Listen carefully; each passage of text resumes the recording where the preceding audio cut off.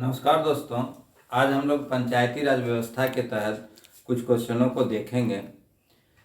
पिछले वीडियो में हमने पंचायती राज व्यवस्था और महिला आरक्षण पर चर्चा की थी। पंचायती राज व्यवस्था से आप देखिएगा क्वेश्चन बीपीएससी का तो 47वीं बीपीएससी में और 48वीं बीपीएससी में प्रश्न आया है। 47वीं बीपीएससी में फर्स्ट पेपर में और 48वीं बीपीएससी में सेकेंड पेपर में पंचायती राज व्यवस्था से क्वेश्चन आ चुका है। और अभी चुनाव का टाइम है पंचायत का, तो हो सकता है इस बार भी पंचायती राज व्यवस्था से क्वेश्चन पूछे। तो मैंने पंचायती राज व्यवस्था से जितना क्वेश्चन बनने लायक है उस पर मैंने पिछले वीडियो में चर्चा किया था और मैंने बताया था कि बिहार पंचायती राज व्यवस्था की क्या समस्याएं हैं, इस पर प्रश्न आ सकता है। महिला आरक्षण और पंचायती राज व्यवस्था, इससे प्रश्न आ सकता है। ग्रामीण पंचायती राज के द्वारा ग्रामीण व्यवस्था में कैसे सशक्तिकरण हुआ है या क्या लाभ हुआ है, उससे संबंधित क्वेश्चन आ सकता है। तो इससे मैं एक एक करके सभी बिंदुओं पर चर्चा करूंगा और 3 से 4 टॉपिक में इन पंचायती राज व्यवस्था के सारे टॉपिकों पर चर्चा हो जाएगी। तो पिछले में मैंने किया था आपको महिला आरक्षण से क्या लाभ हुआ है पंचायती राज व्यवस्था में महिला आरक्षण देने से, और आज हम लोग चर्चा करेंगे बिहार पंचायती राज व्यवस्था की क्या समस्याएं हैं। एक और बात, आप लोगों के तरफ से कमेंट आ रहा है कि क्वेश्चन को लिखने के बारे में बताया जाए, यानी कि एक एक टॉपिक पर क्वेश्चन लिखने के बारे में बताया जाए। तो मैं कोशिश करूंगा कि कुछ टॉपिक देने के बाद क्वेश्चन पर भी लिखवाने का कार्य करूंगा और बहुत जल्द करूंगा। और एक बात और आप लोग ध्यान रखेंगे, जो बीपीएससी या अन्य परीक्षाओं में सफलता के लिए परिश्रम के साथ साथ, यानी कि परिश्रम जो है सो सही दिशा में होना चाहिए, उसके साथ साथ लेखन शैली, मैं बार बार चर्चा कर रहा हूँ, लेखन शैली का बहुत ही महत्वपूर्ण स्थान है। यानी कि ये लिखने की कला पर ही आपका रिजल्ट निर्भर करता है। यानी कि जो भी टॉपिक पर हैं उससे संबंधित क्वेश्चन को आप देखें और उस क्वेश्चन को हल करने का प्रयास करें, यानी कि लिखने का प्रयास करें। और सतत लिखते लिखते आप एक बहुत ही अच्छा लिखने लगेंगे और लेखन शैली आपकी अच्छी होगी तो रिजल्ट भी आपका होना तय है। उसके साथ साथ आप अपने आसपास के घटनाओं पर पैनी नज़र रखें, यानी कि अपना आँख कान ये सब खुला रखें, आसपास की घटनाओं पर नज़र रखें। और अगर कुछ लगता है इस टाइप का जो प्रश्न में जोड़ा जा सकता है इन घटनाओं को, तो उस घटना को जरूर जोड़ें, यानी कि करंट पर आप ध्यान रखें और अपने प्रश्न का जो उत्तर दे रहे हैं उसमें उसको अद्यतन करते रहें, यानी कि करंट को जोड़ते रहें। यानी कि जो अगर कोई घटना घट रही है तो उसको सम्मिलित करें, जिससे आपका आंसर में एक नयापन आएगा और आपको उत्तर में नयापन आने पर अंक ज़्यादा से ज़्यादा मिलेगा। इसलिए अपने आसपास की घटनाओं पर ध्यान रखें, और वो पॉलिटी का हो सकता है, आर्थिक हो सकता है, विज्ञान एवं प्रौद्योगिकी के क्षेत्र में हो सकता है, किसी भी क्षेत्र में हो सकता है। और प्रश्न के अनुरूप अगर जहाँ भी जोड़ने लायक ये करंट घटनाएं हो तो उसको जरूर जोड़ें। इस बात को आप ध्यान रखें। इससे जो है छोटी छोटी बातों पर आप ध्यान देके ज़्यादा से ज़्यादा अंक ला सकते हैं। तो अब हम लोग शुरू करते हैं बिहार पंचायती राज व्यवस्था की समस्याएं, यानी कि बिहार पंचायती राज व्यवस्था की क्या समस्याएं। इस तरह का क्वेश्चन आपको टेल में जोड़ के पूछा जा सकता है। जैसे आपको पूछ सकता है पंचायती राज के संगठन के बारे में लिखें और उसमें जोड़ सकता है क्या क्या समस्याएं हैं, या किसी रूप में पूछ सकता है या फुल लेंथ क्वेश्चन भी पूछ सकता है। तो 3-4 टॉपिक है, हम सबको हल कर लेंगे, तो किसी भी तरह का प्रश्न आएगा तो आप आसानी से हल कर पाएंगे। तो हम देखते हैं बिहार पंचायती राज व्यवस्था की क्या समस्या। तो पहले आर्थिक समस्या, यानी कि वित्तीय अस्थिरता की स्थिति है।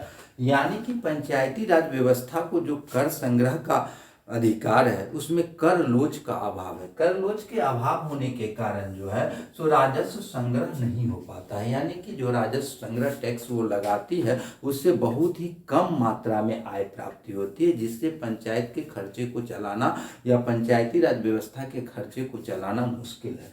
यानी कि राजस्व संग्रह कम है, तो राजस्व संग्रह कम होने के कारण वह राज्य सरकार पर उसकी निर्भरता बढ़ जाती है, यानी कि वह राज्य सरकार पर निर्भर करती है, और राज्य सरकार पर निर्भरता बढ़ती है तो उसकी स्वायत्तता पर प्रभाव पड़ता है। यानी कि पंचायती राज व्यवस्था में अपने पास उसका राजस्व का कोई बहुत बड़ा स्रोत नहीं है, वह राज्य के स्रोत पर निर्भर करता है, यानी कि राजकीय अनुदान पर निर्भर करता है, जिससे कहीं न कहीं उसकी स्वायत्तता पर प्रभाव पड़ता है। दूसरा है सरकारी तंत्रों द्वारा विकास।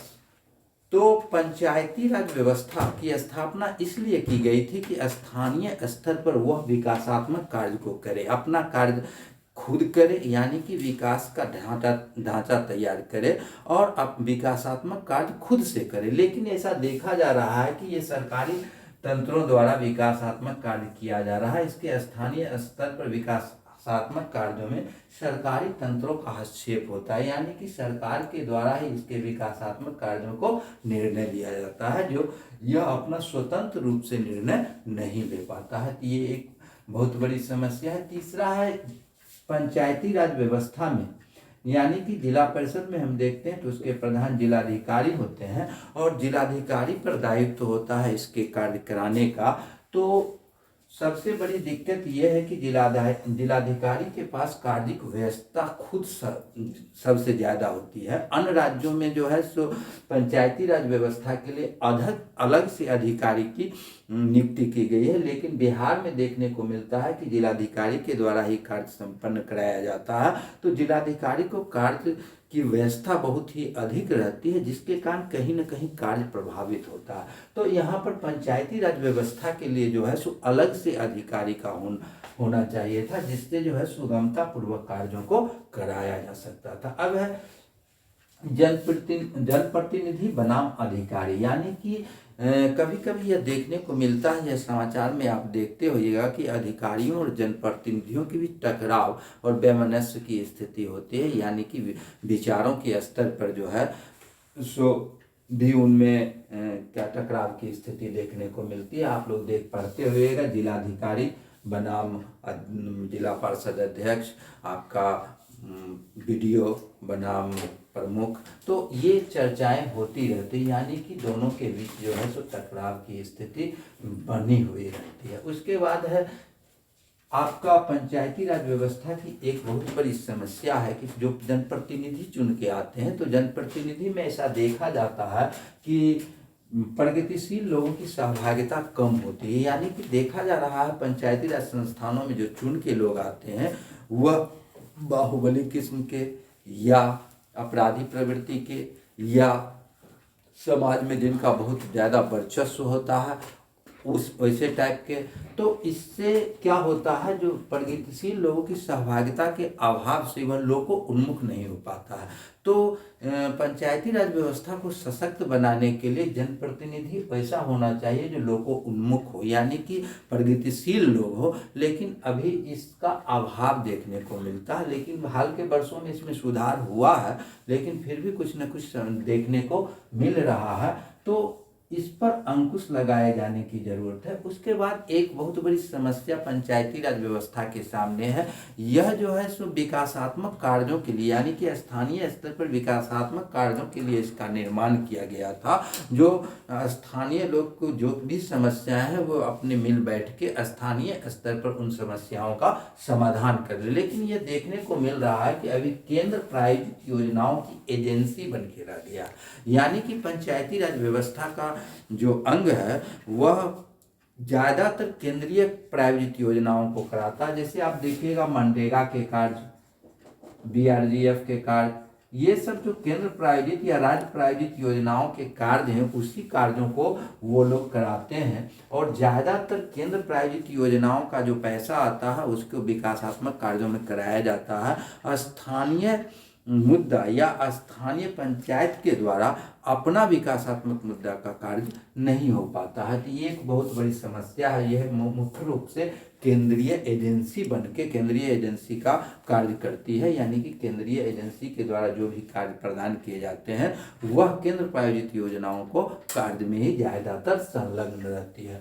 इसके बाद इसका सब एक समस्या ये भी है कि पंचायती राज व्यवस्था के तहत अपना कर्मचारी या अधिकारी वर्ग नहीं है। इसको अपने कार्य के निपटाने के लिए, लिपिकीय कार्यों के लिए भी सरकारी कर्मचारी पर निर्भर रहना पड़ता है, यानी कि अपना कोई कर्मचारी नहीं है, यह अपने सरकारी कर्मचारी पर इसकी निर्भरता रहती है। उसके बाद जो है सो पंचायतों के कार्य जो कराए जाते हैं उस पर राज्य सरकार का कहीं न कहीं हस्तक्षेप रहता है, यानी कि राज्य सरकार के निर्णय के आधार पर ही जो है सो पंचायती राज के द्वारा जो है सो कार्य कराए जाते हैं। तो इस प्रकार हम देखते हैं कि पंचायती राज व्यवस्था में कई समस्याएं हैं और इन समस्याओं को दूर करके इसको और अधिक कारगर बनाया जा सकता है। अब कैसे कारगर बनाया जा सकता है, इस पर कुछ आप लोगों को भी सोचना है। अब अगले वीडियो में हम जो है सो ग्रामीण व्यवस्था को कैसे सशक्तिकरण किया जा सकता है पंचायती राज व्यवस्था के तहत, इस पर चर्चा करेंगे। और इस पंचायती राज व्यवस्था से और क्या क्या क्वेश्चन आ सकते हैं या क्या क्या बन सकते हैं वो आप लोगों को हम दिखाएंगे। तो 2 टॉपिक हो चुका है, पंचायती राज व्यवस्था और महिला आरक्षण। आज मैंने बिहार पंचायती राज व्यवस्था की समस्या पर चर्चा किया। अगले दिन जो है सो ग्रामीण सशक्तिकरण पर चर्चा करेंगे। तो इस प्रकार जो है सो पंचायती राज से संबंधित जो भी क्वेश्चन आएगा उसको आपको बनाने में मदद मिलेगी। और आशा है कि ये वीडियो आप लोगों को बहुत ही पसंद आया होगा, और अगर पसंद आया होगा तो इसको लाइक करें, शेयर करें और सब्सक्राइब जरूर करें। और एक विनती आप लोगों से और है कि पूरा वीडियो देखें, जिससे जो है सो आप पूरे तथ्यों को आसानी से समझ सकें। धन्यवाद।